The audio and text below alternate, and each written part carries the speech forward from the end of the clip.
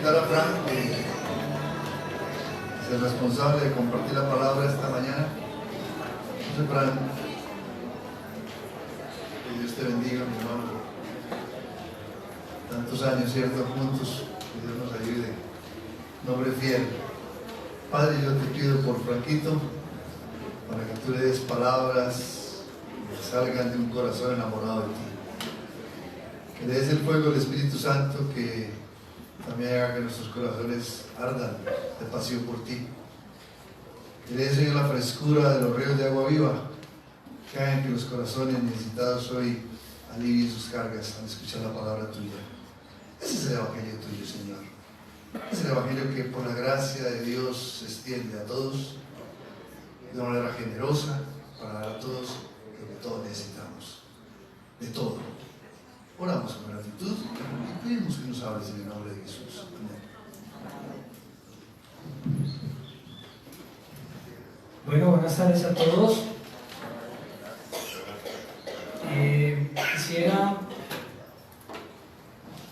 Quisiéramos un ejercicio esta tarde ya. Y abramos nuestras Biblias en el capítulo 5 del Evangelio de Mateo. Voy a leer el texto, vamos a hacer una introducción, desarrollar lo que Dios quiere que aprendamos esta tarde, ¿les parece? Entonces, Mateo 39, versículo 35 en adelante, dice así: Recorría Jesús todas las ciudades y aldeas, enseñando en las sinagogas de ellos y predicando el evangelio del reino y sanando toda enfermedad y toda dolencia en el pueblo.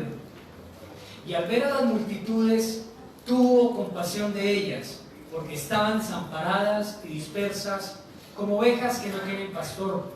Entonces dijo a sus discípulos: a la verdad, la mies es mucha, mas los obreros pocos. Rogad pues al Señor de la mies que envíe obreros a su mies. Padre, gracias. Gracias por el privilegio que nos das de animarnos esta tarde, Señor. 6, 7, 8 de diciembre, Señor, para buscar tu palabra, adquirir en ella y expectantes de lo que tú tienes para enseñarnos. En el nombre de Cristo Jesús. Amén. Bueno, ¿ustedes recuerdan cómo terminó la predicación hace 8 días? ¿Quién recuerda? A ver, levante la mano los que vinieron hace 8 días.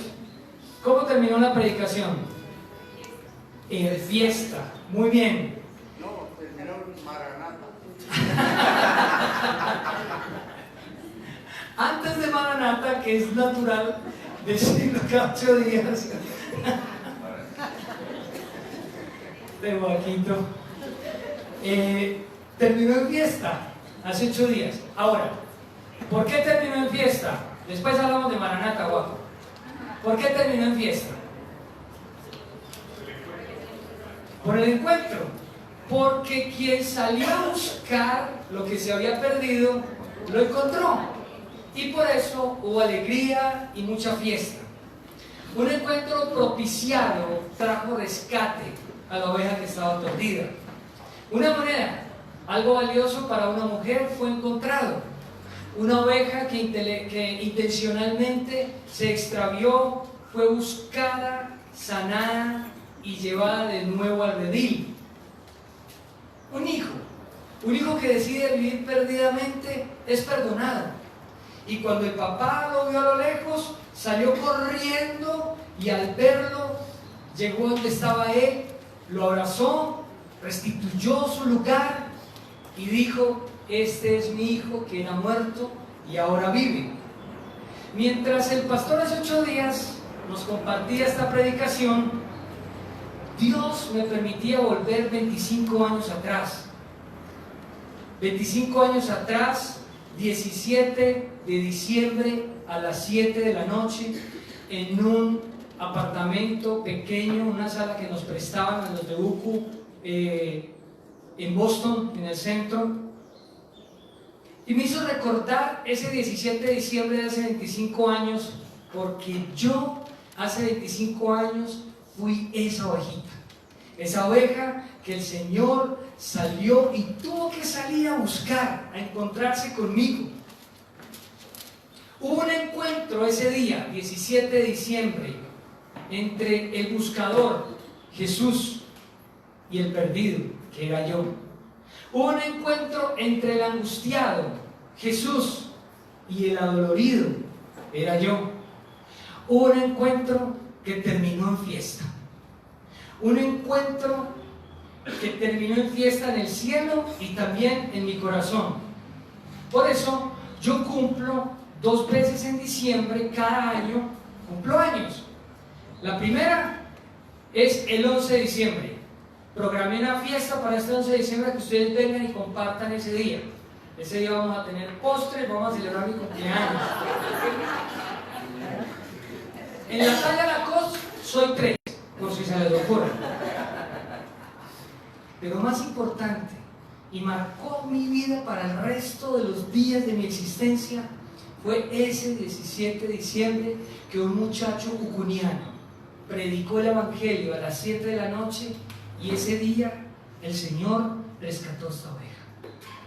Mis queridos hermanos, mi vida fue partida en 2 ese 17 de diciembre de hace 25 años. Nunca esta oveja descarriada y perniquebrada volvió a hacer lo mismo. Yo recuerdo muy bien ese evento, marcó completamente mi vida.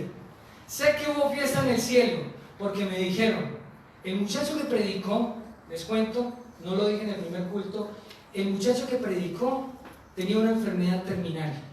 El día que él predicó, le dijo a Sor, una de las amigas nuestras de UCU, le dijo, hoy ese muchacho nació de nuevo. 15 días después, él partió para el cielo. Pero 15 días antes, había ganado un alma para Cristo. Había fiesta en el cielo, porque un pecador se había arrepentido, pero también hubo fiesta en mi corazón. Jesús quitó la carga grande del pecado que yo llevaba encima mío. Y ese día, por primera vez en muchos días y muchos años, yo dormí livianitico. Fue muy hermoso ese día. A mí nunca se me va a olvidar ese 17 de diciembre a las 7 de la noche. Yo quisiera hacer una pregunta. ¿Quiénes hoy aquí recuerdan ese día o esa fecha en que ustedes también recibieron a Jesús? Levanten la mano. Y quisiera que me dijeran cómo fue eso. Así, rapidito. Pati, vi que levantaste tu mano. ¿Cómo fue eso?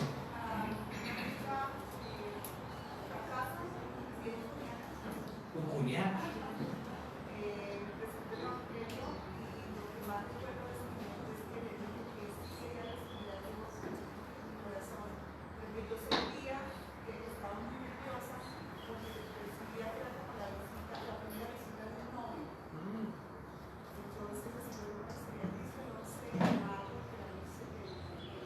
De mayo, ahí esa fecha, eso nunca se olvida, que uno nace de nuevo, es distinto, la vida cambió. ¿Quién más recuerda? Yo vi que alguien más levantó, muchos levantaron la mano. ¿Alguien me dice, otra persona que me quiere decir qué pasó ese día? ¿De los que levantaron la mano? No todos, digamos. Bueno, fue hermoso, pero yo sé que todos los que estamos aquí, muchos de los que estamos aquí recordamos ese momento. ¿Cómo fue ese día de maravilloso? Ese día también hubo fiesta en el cielo, o sea que en el cielo se interrumpa casi todo el tiempo, porque la medida en la que la gente se va convirtiendo en el cielo, se alegra. Siempre hay fiesta, porque la gente mientras se convierte a Cristo, pues obviamente hay fiesta en los cielos. Y todo inició ¿cómo? En un encuentro, ¿cierto? En un encuentro que terminó en fiesta. Y yo me pregunto, ¿qué pasó entonces con el hermano del hijo pródigo? ¿Qué pasó entonces con esas 99 ovejas que quedaron en el desierto? ¿Qué pasa hoy con esas centenares de ovejas que están por fuera y que están perdidas en sus delitos, en sus pecados? La Biblia dice que Dios todavía espera y está guardando el tiempo para que se arrepientan. Miren lo que dice en 2 de Pedro 3, versículo 9. Y el Señor no retarda su promesa, según algunos la tienen por tardanza, sino que es paciente para con todos nosotros, Mire qué hermosura, y aquí esto creo que nos va a empezar a motivar esta tarde. No queriendo que ninguno perezca, sino que todos procedan al arrepentimiento. Nosotros fuimos rescatados y hoy podemos decir con gozo, con alegría, con felicidad, estamos contentos porque Dios nos rescató. Fuimos rescatados de nuestra vana manera de vivir porque estábamos muertos en nuestros delitos y en nuestros pecados. Y fuimos rescatados con un precio alto, con la sangre preciosa de Cristo, el cordero inmolado que pagó por nosotros, un cordero puro, sin mancha, sin contaminación. Nosotros, ustedes y yo, que en otro tiempo no éramos pueblos, por la gracia, por la misericordia del Evangelio de Cristo, hoy somos su pueblo. En 1 Pedro capítulo 2 versículo 9 dice: usted y yo somos su pueblo, somos un linaje escogido, somos real sacerdocio. Y todo este tesoro que hemos recibido, mis hermanos, ¿cómo podemos guardarlo en el bolsillo? Es un tesoro que hoy nosotros reconocemos que es el mejor regalo que nos han podido dar. ¿Cómo podemos guardarlo en el bolsillo? Todo este tesoro es para que nosotros también lo compartamos con otras personas, porque otros también quisiéramos que por ellos se hiciera fiesta en el cielo. Necesitamos que muchos sean rescatados hoy. Y para que esto suceda y para que estos sean rescatados, ¿qué fue lo que pasó? Lo que le pasó a Patti. Alguien le compartió. Yo no sé si ustedes aquí han escuchado cuando Álvaro a veces se para aquí y dice: ¿quién me puede decir más o menos cómo fue la ruta de su salvación? Yo recuerdo la mía. Ya les conté un pedacito. Antes de yo conocer a Cristo, yo tenía una noviecita, mi esposa, y ella comenzó a ir a una iglesia. La iglesia en ese entonces era la Cruzada Estudiantil y Profesional de Colombia, lo que hoy se llama Senfor. Y yo recuerdo que a mí no me gustaba ir, pero yo fui 3 años detrás de esa faldita. Yo iba, era por la faldita, pero iba a esa iglesia. Posiblemente iba por el interés de seguir de noviecito de la niña, pero Dios ahí comenzó a sembrar en mis palabras. En el año de 1991, el primer semestre, 19 de junio, había una violencia muy grande en el país. Ustedes, los que son más viejitos, saben que el narcotráfico se tenía tomado el país haciendo atentados y haciendo terrorismo por todos lados. Y dentro de las redadas de la policía, en una tarde, recién salido del primer semestre de la universidad, yo caí en una de esas redadas y me metieron preso. Yo estuve en la cárcel. En ese entonces la gente no la llevaban a la cárcel, sino que se la llevaban, la metían en unos cuartos, los torturaban y luego los metían a la cárcel. A mí me acusaron de haber matado a un policía y herido 2. Eso no es cierto. Eso no es cierto. Después les cuento el chisme de la tortura. Pero resulta que el haber salido de la universidad me retrasó. Pero cuando entré a la cárcel, yo tenía un primo que era cristiano, es cristiano, y él todos los martes iba a las 11 de la mañana a la cárcel, a Bellavista, a predicarme el Evangelio. Él todos los martes, siempre. Y a mí me da, la verdad, les comienzo me da como pereza, pero sucedía algo muy interesante. Cuando él comenzaba a contarme la historia bíblica, él me regaló el Evangelio de Juan. Yo recuerdo que esa horita entre las 11 y las 12, porque él tenía un ministerio carcelario y podía entrar y salir con facilidad, era como un oasis para mí. Y ahí fue sembrada la palabra. Cuando salí de la cárcel, como yo no pude estudiar ese resto del segundo semestre del 91, él se dedicó todos los martes, iba a las 11 de la mañana a predicarme el Evangelio. En ese entonces me regalaba unos caseticos y yo escuchaba los cassettes y ya me empezó a interesar. Cuando entré de nuevo, yo entré retrasado y me encontré con otro grupo de personas. Dentro de ese otro grupo de personas me encontré 2 personas. Un muchacho se llama Iván Darío Zapata, él es jefe del departamento de mantenimiento de instalaciones físicas en el metro. Y Marisol Peña, una joven que estaba estudiando contaduría. Los 2 fueron como mis discipuladores, se preocuparon por mí, me predicaron el Evangelio, me invitaron a las plenarias de UPU los viernes a las 7 de la noche, y ahí fue donde conocí al Señor. Esa fue la ruta. Muchas personas hicieron parte de ese trabajo para que yo un día llegara a los pies de Cristo. Y esta tarde yo quisiera animarles a que nos inspiráramos en el ejemplo de Jesús, para que también hiciéramos parte de la ruta de otras personas. Vamos a leer de nuevo el texto para decirles 3 principios que están ahí interconectados, que nos van a enseñar a través de Jesús cómo Él nos da ejemplo para hacer efectivo el Evangelio. Voy a volver a leer el texto. Recorría Jesús todas las ciudades y aldeas, enseñando en las sinagogas de ellos y predicando el Evangelio del reino, y sanando toda enfermedad y toda dolencia en el pueblo. Y al ver las multitudes tuvo compasión de ellas, porque estaban desamparadas y dispersas como ovejas que no tienen pastor. Entonces dijo a sus discípulos: a la verdad, la mies es mucha, mas los obreros pocos. Rogad pues al Señor de la mies que envíe obreros a su mies. Voy a enseñarles esta mañana, vamos a aprender 3 principios interconectados. ¿Por qué interconectados? Lo van a ver un poquitín más adelante.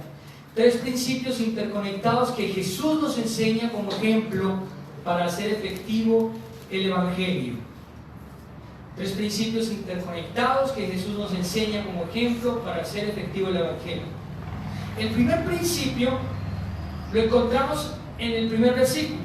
Dice: recorría Jesús todas las ciudades y aldeas y se enseñando en las sinagogas de ellos. Jesús advierte la necesidad que tiene el pueblo porque se involucra en el contexto. Si ustedes se devuelven un capítulo antes, se dan cuenta que el capítulo 7 termina el sermón del monte. El Señor está enseñando un montón de principios y termina el sermón y Él no se va para la casa. Jesús comienza a recorrer ciudades, aldeas y lugares haciendo 3 cosas importantes: enseñando el reino, el Evangelio del reino de los cielos, sanando las enfermedades, ayudando a las personas y conociéndolos. Jesús es completamente intencional. Él se la pasa todo el capítulo 8 haciendo esto. Y si ustedes se dan cuenta, mire, sanó a un leproso, sanó al siervo del centurión, hasta sanó a la suegra de Pedro, sanó la mujer que tenía flujo de sangre, calmó la tempestad, sanó un paralítico, llamó al ministerio a Mateo. Pero ese no era su propósito solamente, ir, sanar. El propósito de Jesucristo era enseñarle a la gente el Evangelio. Ese era el propósito. Jesús mismo hace una inmersión en medio de la sociedad para conocer de cerca sus necesidades, para conocer de cerca a ese pueblo, sus fracasos, sus falencias, tal vez su orgullo, su prepotencia, su arrogancia. Jesús se sumerge para conocer el contexto de la gente que estaba enseñando. Se mezcla con ellos para hacer un diagnóstico con el propósito de conocer qué era lo que sucedía en ese momento. Y cuando Él está caminando con ellos y ve las multitudes, eso genera en el corazón de Jesús una gran compasión. ¿Saben cómo ve Jesús ese pueblo que le seguía? Esas multitudes que estaban detrás. La Biblia lo dice. Jesús ve a esas multitudes angustiadas, abatidas. Vio que era gente que se encontraba confundida, que no tenían esperanza, que no tenían quien los defendiera. Vio gente que estaba desamparada y dispersa. Vio gente que estaba agobiada. Vio gente que estaba cansada. Jesús, en medio de esas multitudes, inmerso en ese contexto, vio personas que estaban confundidas, personas agobiadas e indefensas. Jesús vio gente maltrecha, gente que estaba desalentada. Y Dios a nosotros, en medio de este tiempo, nos está dejando ver gente quebrantada, una humanidad que se encuentra enferma. Yo quisiera que ustedes me ayudaran con unas palabritas o con una palabra. ¿Cuál es el diagnóstico que ustedes y yo hacemos y que Jesús nos ayuda a hacer de la generación y de la humanidad en la que estamos viendo en estos momentos? ¿Cuál es el diagnóstico que encontramos de nuestra sociedad? rebeldes. ¿Cómo? Corrupta. ¿Qué más? Deprimidos, perdidos. ¿Cómo? Sin esperanza. Independientes. Muy independientes, autosuficientes, intoxicados, con los valores cambiados. Hoy vivimos en una sociedad de personas adictas a la tecnología. Nunca hubo en Colombia una polarización tan grande como la que hemos visto en estos días desde la época de la Guerra de los 1000 días. Nosotros vivimos en medio de una sociedad enferma. Cada 4 horas un menor de edad en nuestro país es asesinado. Cada 30 minutos una persona es acusada de haber intentado violentar sexualmente a un niño. Cada 60 minutos un médico legista está tratando de revisar a un niño porque hay una acusación por violencia. Los valores en nuestra sociedad están cambiados completamente. Hoy a lo bueno llaman malo y a lo bueno llaman bueno. Perdón, a lo bueno llaman malo y a lo malo llaman bueno. Hoy en día son capaces, por ideologías y filosofías que se han querido incrustar, incluso con el apoyo de los gobiernos, son capaces de negar la ciencia y la biología para tratar, a través de una ideología, tratar de convencer a la sociedad de que puede tomar la decisión sobre su sexo sin tener en cuenta lo natural, lo que la ciencia dice. La ciencia dice que cuando hay la concepción, en el momento de la concepción, ahí se gesta un nuevo ADN, diferente al del papá, diferente al de la mamá, y comienza una nueva vida. Hoy están tratando de legislar para que los niños puedan ser abortados aún hasta los 9 meses de embarazo. Tenemos una sociedad que defiende a los animales, a los toros, a los huevitos, pero esa misma sociedad, esos mismos animalistas hoy defienden el aborto. Somos capaces de defender una tortuga, pero estamos aprobando el asesinato de un ser humano. Eso es una sociedad ciega, sorda y muda. Una sociedad sin valores porque puede pensar de la ética y de la moral de manera subjetiva. Y hay que respetar eso, porque quien de pronto contradiga lo que tú piensas está siendo ortodoxo, legalista y demasiado religioso. Ahora yo quisiera un poquitico cerrar el panorama. ¿Y si Jesús hiciera un recorrido por nuestra comunidad? Si Jesús caminara entre nosotros el día de hoy, ¿qué diagnóstico haría? ¿Qué encontraría nuestro Señor Jesucristo? No veo que nadie diga nada.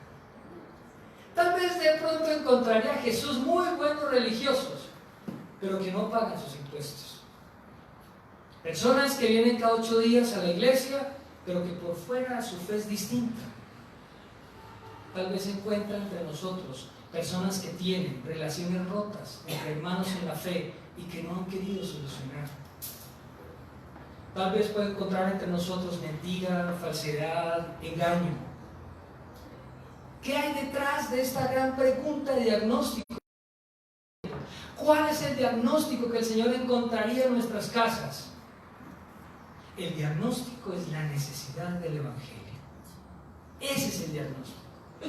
Nuestra iglesia, nuestras casas, nuestros hogares y nuestra sociedad necesita el Evangelio de Jesucristo. Nuestros compañeros, nuestros vecinos advierten una profunda necesidad de que se les sea predicado el Evangelio del reino de los cielos, porque este tesoro que ustedes y yo hemos recibido no puede quedarse enterrado. Dios quiere que nosotros vayamos y lo compartamos. La moral y los absolutos están desapareciendo. Esta forma de pensar se está colando en nuestra sociedad, en nuestra iglesia. Y déjenme decir que aún en nuestras casas también. El Evangelio ya no es un absoluto en nuestras vidas. Es un adorno, incluido en una gama de colores, de pensamientos y de ofertas que el mundo tiene hoy en día.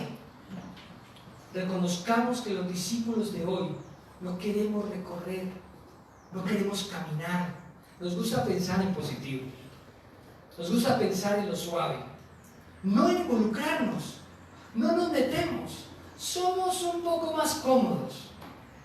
No fue desde la comodidad de su casa que el Señor Jesús aprendió a conocer y a identificar la necesidad de su contexto. Fue porque estuvo metido entre los necesitados, compartió con ellos, los conoció, caminó con ellos, comió con ellos, como con Nicodemo, como con Zaqueo, como cuando tuvo esa conversación en la noche con Nicodemo, alguien que llegó por detrás de bambalinas a preguntar cómo es hacerme nuevo, y no lo entendió siendo un líder de la ley. Esa es la invitación que el Señor nos está haciendo a todos, a nosotros, esta tarde. Es la invitación a que nosotros también, como en este primer principio, recorramos juntos con la gente, conozcamos sus necesidades. Así nosotros podemos ver nuestra propia miseria, la miseria de nuestro contexto, las falencias de nuestra sociedad y tener compasión de ellos como el Señor Jesús, para que les prediquemos el reino de los cielos. Comencemos por nuestra casa. Miremos a nuestros hijos. No se trata de juicio, se trata tal vez de una exhortación. De pronto, nuestros propios hijos, en nuestra casa, los hemos dejado desamparados. Miren, mis hermanos, el mejor regalo que nosotros podemos darle a nuestros hijos no es una herencia onerosa, por la que nos hemos matado y perdido tanto tiempo en la que hemos invertido todo nuestro esfuerzo. No es el carro del año. El mejor regalo que nosotros podemos darle a nuestros hijos ni siquiera es la educación académica en las universidades o colegios del país. Tampoco son los viajes, ni el segundo, tercero o cuarto idioma que ellos aprendan. Eso es importante, pero lo realmente importante, pero realmente lo que es más importante y que podemos hacer por ellos es que nosotros a nuestros hijos los acompañemos a Cristo. Conocerlos, identificar sus sueños, sus dolores, sus dificultades, sus fracasos, sus angustias, sus tristezas, y con todo esto acompañarlos a Cristo. ¿Y cómo es esto? No podemos esperar a que nuestros hijos crean por sí solos. Perdónenme, así no es. Si un niño de 7 o 8 años nos dice a nosotros: yo no quiero ir a la iglesia, creo que tenemos que evaluar cómo le estamos invitando a él, cómo le estamos nosotros a ellos animando a que se deleiten, a que disfruten venir a la iglesia. Nosotros debemos darnos a la tarea de discipular a nuestros hijos. Debemos ser intencionales con ellos, recorrer con ellos el camino y acompañarlos en lo espiritual. Velar porque sus vidas agradezcan a Dios por lo privilegiados que son. Muchas comunidades cristianas tienen un montón de jóvenes comprometidos con Dios, gente que tiene 10,000 pesos para pasar 15 días y no se los puede gastar. Nuestros hijos tienen que aprender a ser agradecidos por lo que tienen. Nuestros hijos viven privilegiados de lo que tienen, y yo sé que esta comunidad tiene hijos privilegiados. Nosotros como papás debemos de recordar el Shema. ¿Sí recuerdan el Shema? Donde el Señor es insistente en decirnos: a los hijos se les predica el Evangelio, estando en la casa, andando por el camino, al acostarte, cuando te levantes. Escríbelos en los postes de tu casa, en las puertas de tu casa. El Evangelio, el Evangelio, el Evangelio. Esta es la forma en que nosotros podemos ayudar a nuestros hijos. Solo si recorremos con ellos el camino podremos saber cómo ayudarlos. Yo hace muchos años, cuando recién nos casamos, Nancy y yo, que empezamos a tener hijos, yo tengo 2 hijos, tomamos una decisión. Decidimos que nuestros hijos no iban a tener transporte para el colegio. Más bien dijimos: como trabajamos y estamos ocupados, yo quiero aprovechar ese tiempo en la mañana, ese tiempo al mediodía, para compartir con ellos y conocerlos, escucharlos. Fue muy grato. Johan y Daniela estudiaron en un colegio lejos. Nosotros muchas veces teníamos que levantarnos a las 4 de la mañana para poder llevarlos al colegio y que estén antes de las 6:30 por el tema del pico y placa. Pero fue un espacio intencional que Nancy y yo decidimos apartar para escucharlos. Miren, ahí escuchamos cuando los golpeaban o cuando los trataban mal o cuando les iba bien en el colegio. Ahí tuvimos la oportunidad todo el tiempo de repetirles la palabra, de enseñarles los principios, de comunicarnos con ellos. Nosotros necesitamos ser intencionales con nuestros hijos. En nuestra casa siempre estamos hablando del Evangelio. No somos mejores que nadie. Yo creo que yo soy el peorcito de esta iglesia. Pero les quiero decir, para nosotros es importante que nuestros hijos amen a Dios. Y somos nosotros quienes los antojamos de que les guste venir al culto. Desde muy pequeñitos, a Johan y a Daniela les gustaba más bien salirse de las clases de la escuela dominical y escuchar el culto. Porque para nosotros fue relevante que ellos escucharan la palabra de Dios. Hoy todavía sigue siendo así. Cuando están desanimados, cuando uno los ve alicaídos, ahí estamos. Ese es nuestro trabajo como papás. Yo quiero ser parte de la ruta de la salvación de mis muchachos. Y debo ser intencional. Nuestros hijos son saetas. Somos nosotros los que los lanzamos. Porque si no lo hacemos nosotros, el mundo sí lo hace. El mejor regalo que podemos darle a la gente, el mejor regalo que usted y yo podemos darle a una persona es el Evangelio de Jesucristo. El amor por los perdidos nos va a animar a eso. Y creo que hoy debemos pensar por un momento, ¿será que se me está pagando el amor por los perdidos? ¿Será que necesito volver a enamorarme de los que están afuera, de esa multitud, de esas 99 que están descarriadas? De esas ovejitas que están sin quien les predique, sin quien les hable. No es desde la comodidad de nuestra casa. Es cuando nos sumergimos en medio de la sociedad que podemos ayudar a los demás. Entonces, primer principio, recorramos, metámonos en la brecha. ¿Quién entiende eso de la brecha? Levante la mano. Yo creo que casi nadie lo entiende. Los viejitos y ucunianos. Cuando nosotros anteriormente, yo tengo 25 años de ser cristiano, hablábamos de estar en la brecha, todos los cristianos entendíamos ese concepto, se los voy a enseñar. Estar en la brecha es estar metidos en la voluntad de Dios que se está moviendo en la iglesia. Entonces todos están trabajando en pos del evangelio, en pos de predicar, en pos de enseñar. Eso es estar metido en la brecha. ¿Quiénes hoy están en algún ministerio en la iglesia? Ustedes están en la brecha. ¿Quiénes no? No levanten la mano. Métase a la brecha. Esa es la invitación. Recorramos juntos el camino. El segundo principio está en el versículo 35b y 36. Enseña y actúa. Dice así: recorría Jesús todas las ciudades y aldeas, enseñando en las sinagogas de ellos y predicando el evangelio del reino y sanando toda enfermedad y toda dolencia en el pueblo. Y al ver las multitudes, tuvo compasión de ellos, porque estaban desamparados y dispersas como ovejas. Jesús no solo se metió a la brecha, no solo recorrió y conoció las necesidades de su contexto, sino que Jesús trabajó en ayudar a los necesitados. La mejor manera de ayudar al necesitado de afuera, aún dentro de nuestra propia casa, es enseñando el evangelio del reino. Las buenas nuevas, la buena noticia. O sea, que Jesús les predicó el arrepentimiento y el perdón de pecados. La nueva moda humanista a veces dentro de nuestra iglesia lo está haciendo mucho. Quiere sacar la palabra arrepentimiento y perdón de pecados, porque eso suena muy feo. Pero Dios, Jesús, no se avergüenza de eso. Cuando Jesús comenzó a caminar después de los 40 días que estuvo en el desierto y escogió a sus discípulos, dice la Biblia que comenzó a predicar el evangelio del arrepentimiento y del perdón de pecados. Arrepiéntanse porque el reino de los cielos se ha acercado. Sigue estando vigente. Nuestros hijos, nuestros amigos, nuestros vecinos necesitan saber qué es la salvación. Bueno, y aquí yo hago una pregunta. Carita feliz para el que me defina. ¿Qué es la salvación? De a uno. El retorno al Edén, ¿qué más? Arrepentimiento de los pecados. Arrepentimiento de los pecados hace parte de la salvación. ¿Qué más? ¿Qué es la más? ¿Qué es la más? Ser apartado para creer. Ser apartado para Dios.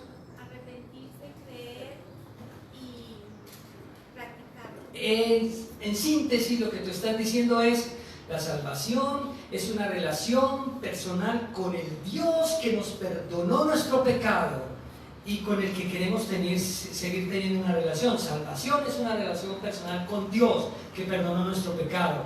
¿Y eso qué significa? Que cuando nos perdona el pecado, entonces somos justificados por la fe. ¿Y saben qué? Tenemos una paz que nadie puede entender. Una paz, como dice la palabra, que sobrepasa todo entendimiento. Una paz que, aunque estemos en momentos de dificultad y de tristeza, como que digo, ¿por qué estoy como tan tranquilo, como con tanta paz, con tanto sosiego, con esta circunstancia tan difícil? Esa paz que el mundo no conoce. Somos enemigos de Dios y no le conocemos. El mundo, esas 99 que están afuera descarriadas, son enemigos de Dios. Somos enemigos de Dios si no conocemos a Dios, y estamos en aprietos si no somos salvos. Romanos 3:23 dice: por cuanto todos pecaron, están destituidos de la gloria de Dios. Entonces, para solucionar el tema, Dios exige perfección. ¿Y aquí quién hay perfecto? Ninguno. Esa perfección solo se encuentra en nuestro Señor Jesucristo. Sin Jesús, usted y yo nunca podríamos ir al cielo. Y nuestros hijos, nuestros conocidos, no tienen que ir al infierno. Nuestros hijos, nuestros amigos, nuestros compañeros, nuestros clientes no tienen que vivir eso. Es entonces nuestra responsabilidad, es entonces también nuestra responsabilidad enseñar a otros el Evangelio.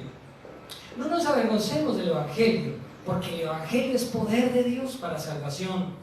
La gente debe saber que Jesús vino a buscar y a salvar lo que se había perdido. Jesús bajó del cielo, estando en un trono alto, sublime, con palacios hermosos, en un trono perfecto. Bajó a este mundo de pesares, pagó la deuda por el pecado, pagó un precio muy alto. El justo pagó por los injustos, el santo por los pecadores.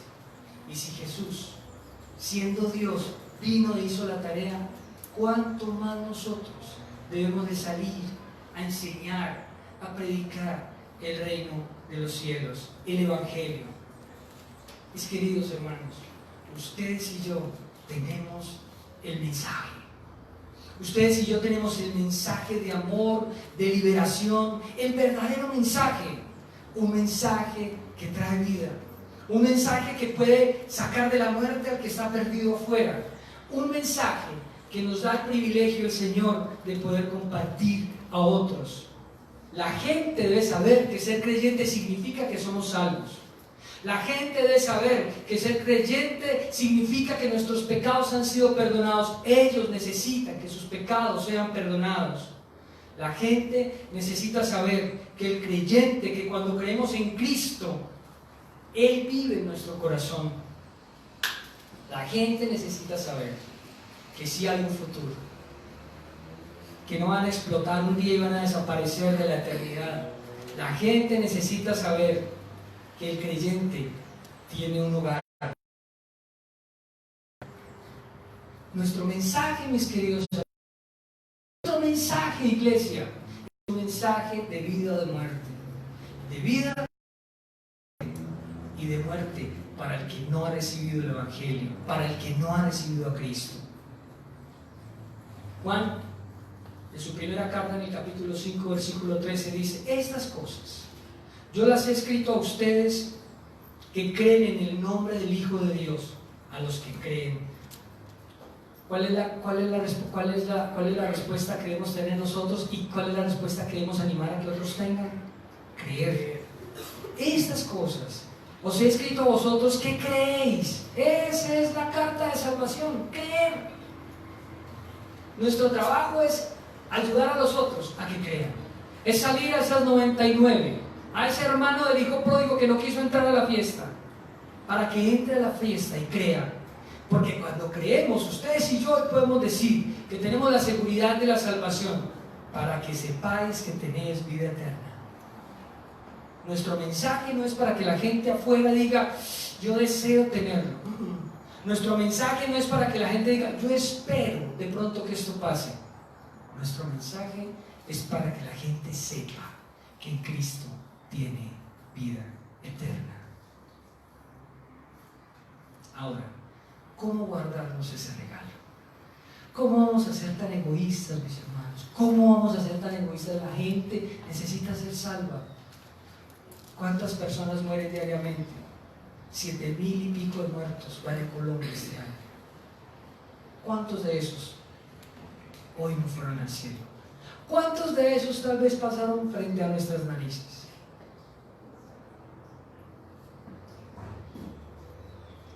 Tenemos que decirle a la gente, tenemos que enseñarle a la gente que Jesús es el camino, la verdad.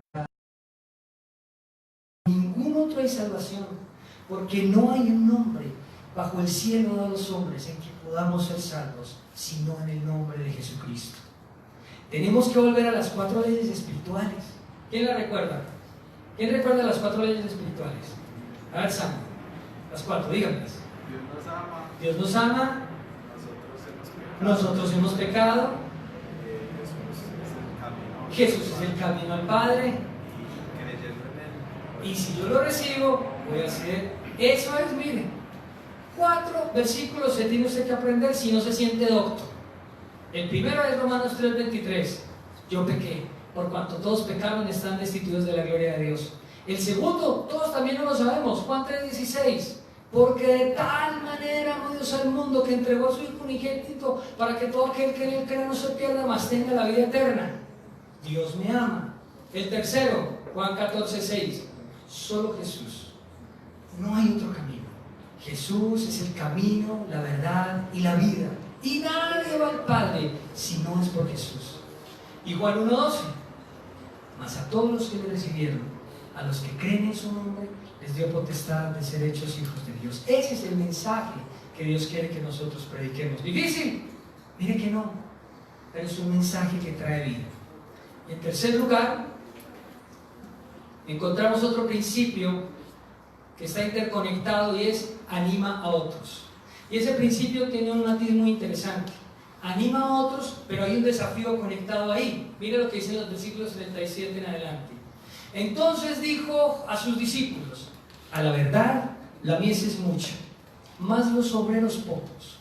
Rogad, pues, al Señor de la mies que envíe obreros a su mies.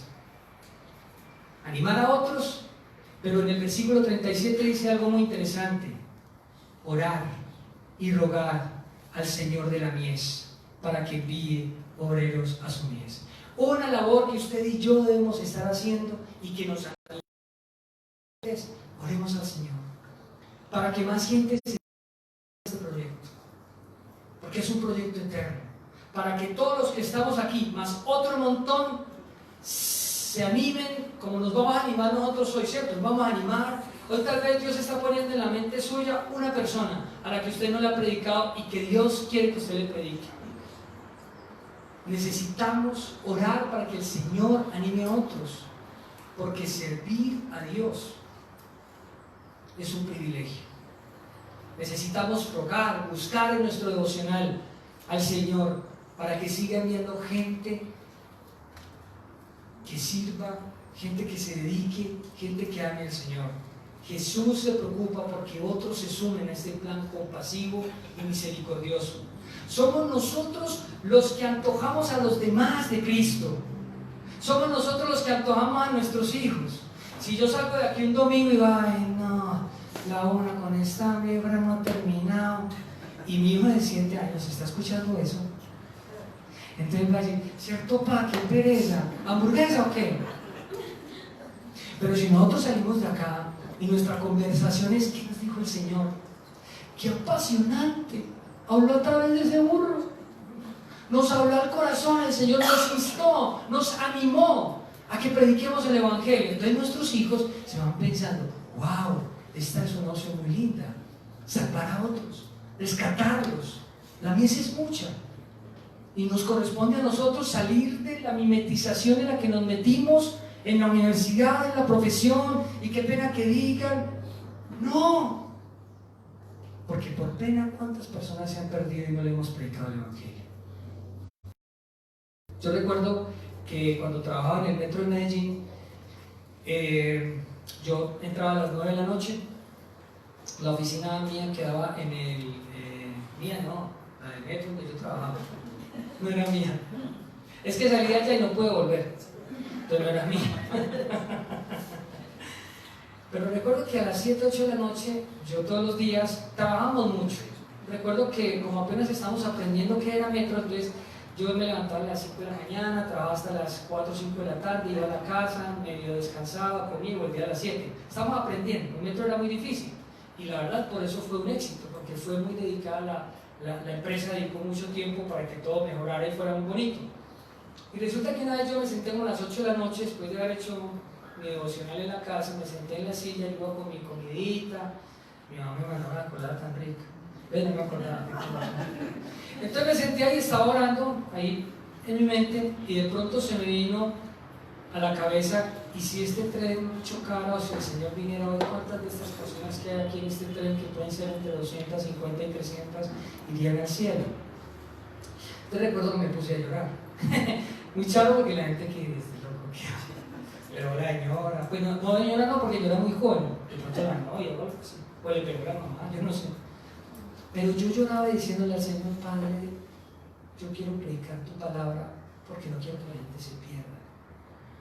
Creo que Dios nos está animando esta tarde a nosotros a que prediquemos el Evangelio, a que no nos quedemos callados, porque si quedamos callados estamos perdiendo la oportunidad de ganar un alma para Cristo. Estamos perdiendo la oportunidad de ser parte de la ruta de una persona. Mi primo fue parte de mi ruta, Iván Darío Zapata. Ay, ojalá me estuviera viendo. En serio, le aprecio mucho. Mari Peña, tú los conociste, Pati. Ellos me cuidaron, me predicaron el Evangelio con su estilo de vida, con su enseñanza, se preocuparon por mí. Y qué bueno que nosotros podamos también pensar en alguien, no por orgullo, no por arrogancia, sino por amor. No nos quedemos empujados en nuestra comodidad. Dios nos está llamando a volver a tener fuego en nuestro corazón por el perdido. Yo soy un convencido de que todo cristiano tiene un evangelizador. Jesús nos muestra su angustia por el Evangelio. Su compasión se inflama por los perdidos. Nosotros ya recibimos ese tesoro. Yo si me muero hoy, muy feliz, voy para el cielo. Yo tengo un hogar al cual llegar. Pero hay 99 afuera que están esperando un abrazo, que están esperando que tú y yo nos movilicemos, que tú y yo nos movamos, que tú y yo nos pellizquemos, que esta predicación no salga de aquí y se nos olvide a las 2 horas. No porque la haya dicho nadie, es porque es relevante, es porque es indispensable, es porque es fundamental. Nuestros políticos no van a cambiar a Colombia. La polarización no va a parar quién sabe hasta cuándo. Cada uno quiere poder y no le importa lo que tenga que hacer. Usted y yo tenemos la respuesta aquí. Aquí tenemos usted y yo la respuesta para que nuestros hogares, para que los hogares de nuestros amigos, de nuestros hermanos, de nuestros hijos tengan familias confiadas. El abuelo del doctor James Dobson oró al Señor una vez: yo quiero que mínimo 8 generaciones de mi familia sean predicadores. Esa fue la oración de George Washington. No el George Washington, se llamaba así porque todo el mundo llamaba así en esa época, pero esa fue la oración.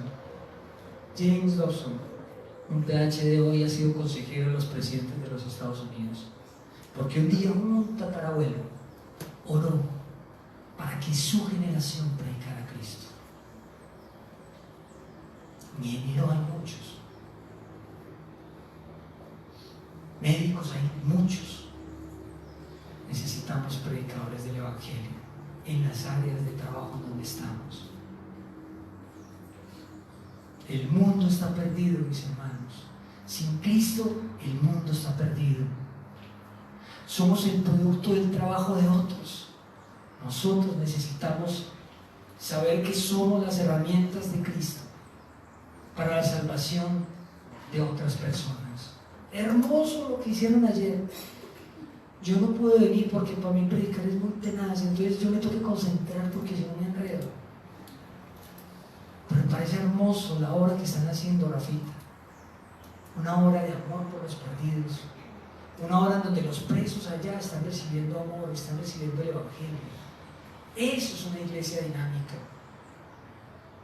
Dios usó a otros para ganarme a mí. ¿Qué tal si Dios te usa a ti para ganar a otros? Jesús es muy intencional, y Mateo también. Antes de estos versículos, Jesús recorría las ciudades predicando el Evangelio. Y cuando terminó el versículo 38, Jesús envió a sus discípulos. ¿Se dan cuenta? Les dijo: vayan, prediquen el Evangelio, vayan a predicar el reino de los cielos, se ha acercado, vayan y sanen los enfermos, vaya, resuélvale la vida a otros. Nosotros somos llamados a ayudarle a otros a resolver la vida. No es fácil, Él lo dice, no es fácil, pero yo estaré con ustedes. Además, ustedes no son los que van a hablar, yo hablaré por ustedes. No tengan miedo, porque yo estaré con ustedes hasta el fin. Si ustedes no me niegan, yo tampoco los voy a negar. Les voy a confesar un dolor que tengo yo con esta iglesia. ¿Estamos seguros que nuestros hijos van a tomar la antorcha de predicar el Evangelio? ¿Estamos seguros de eso? Créanme, yo oro al Señor por eso en mi casa. Yo quiero que mi hijo tome la antorcha, que mi hija tome la antorcha y sirva a Cristo. La mies es mucha y se está perdiendo. ¿Por qué no se ponen en pie y oramos?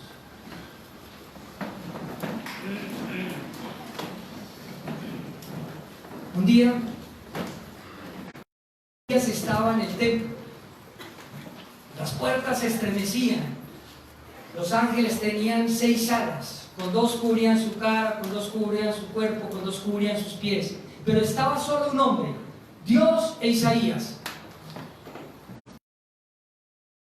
Te pregunta a Isaías como si hubiera una multitud: ¿a quién enviaremos? ¿Y quién irá por nosotros? Y la respuesta de Isaías fue la siguiente: heme aquí, envíame a mí. Haz de cuenta que tú estás solo hoy ahí con Jesús. Cierre sus ojos, por favor. Y esa pregunta te la está haciendo el Señor esta tarde, 8 de diciembre, anótela. ¿A quién enviaré? ¿Y quién irá por nosotros?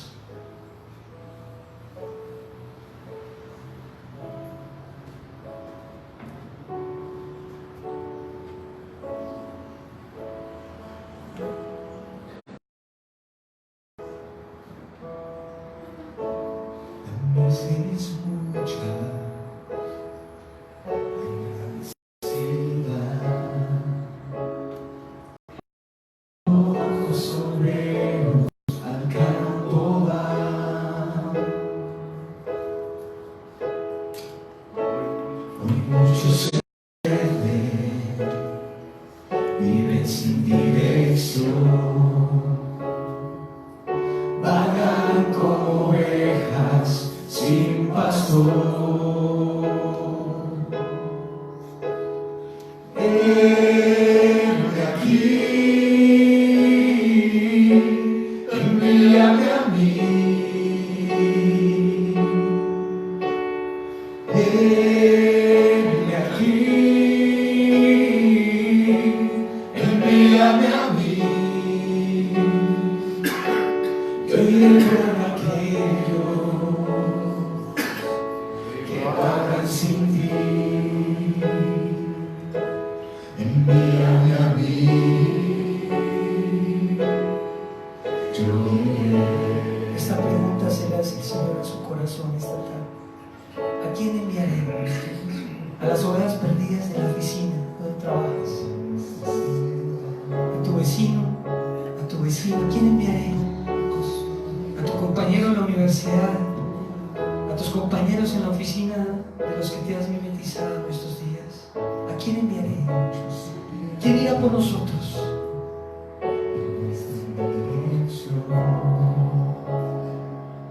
Vagan como ovejas sin pastor. Envíame aquí, envíame a mí. Danos compasión, Señor. Envíame aquí, Danos compasión por el perdido. envíame a mí. Vuélveme a mí, Frank, el amor por los perdidos, por los que no te conocen. Envíame a mí. Yo iré. Gracias por tu palabra, Señor. Gracias porque nos animas a que este tesoro lo compartamos con otras personas. Hay tantos en nuestra familia que te necesitan. Hay tantos que necesitan escuchar, Señor, tu palabra, tu esperanza, Señor. Personas que están sin esperanza de vida, Señor, necesitan escuchar esto, que tú perdonas nuestros pecados, que nos das la posibilidad de recibirte y que si te creemos, seremos salvos. Muchas gracias en Cristo Jesús. Amén.